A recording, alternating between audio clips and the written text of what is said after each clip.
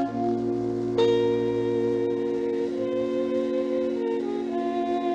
well as Mark 15:37.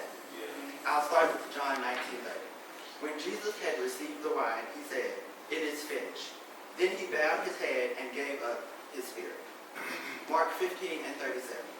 Then Jesus gave a loud cry and breathed his last. In John 19:30 and Mark 15:37, Jesus' statement is a scream, and the words, "It is finished." Today, I ask you, what are you screaming about? Today, I ask you, what are you claiming to be finished?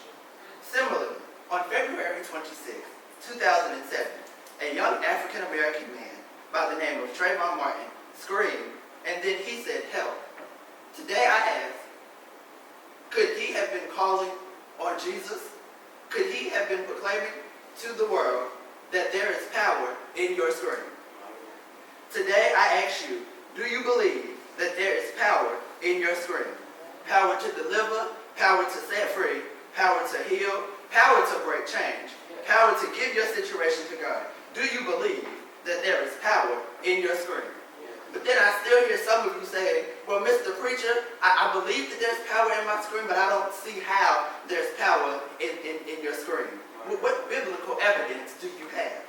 Well, I'm glad you asked. Because the first biblical piece of evidence I have is that there is power in your scream because Proverbs 18:21 states, "Death and life are in the power of the tongue, and those who love it will eat its fruits." So there is power in your scream because it comes from your mouth and or your tongue, and it has power. You see, moreover, there is power in your scream because it can get someone's attention.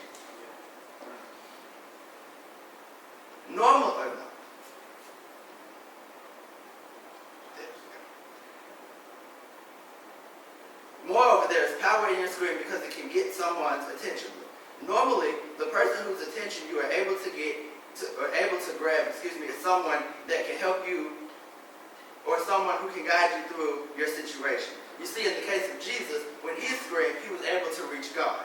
And God was able to tell him that he was going to be all right because God put him in this situation and God would get him out of this situation. You see, in the case of Brother Trayvon Martin, when he screamed, he was able to reach God as well as some of his neighbors so that he could have company and peace in his situation.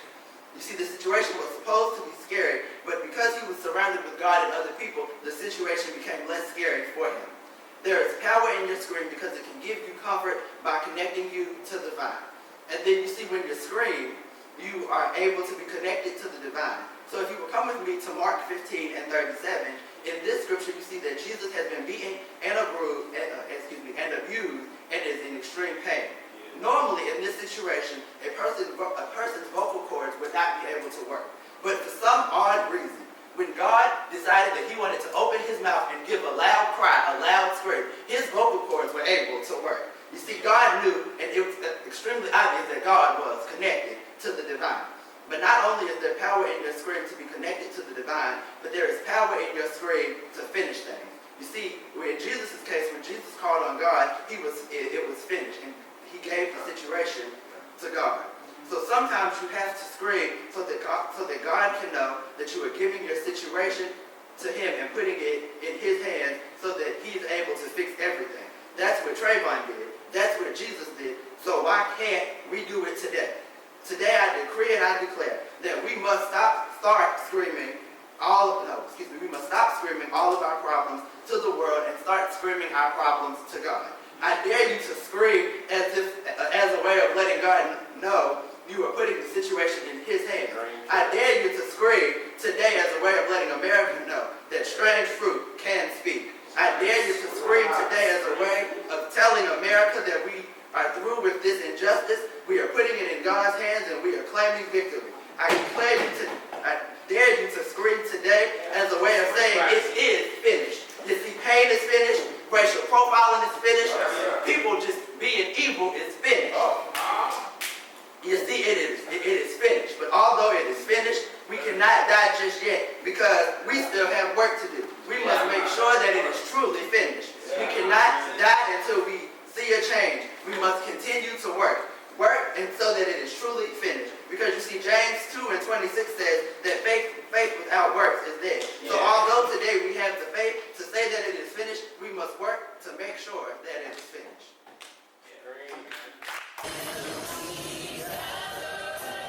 We invite you to join the Martin Luther King Jr. International Chapel Assistants every Sunday at 5:30 p.m. for services in King Chapel.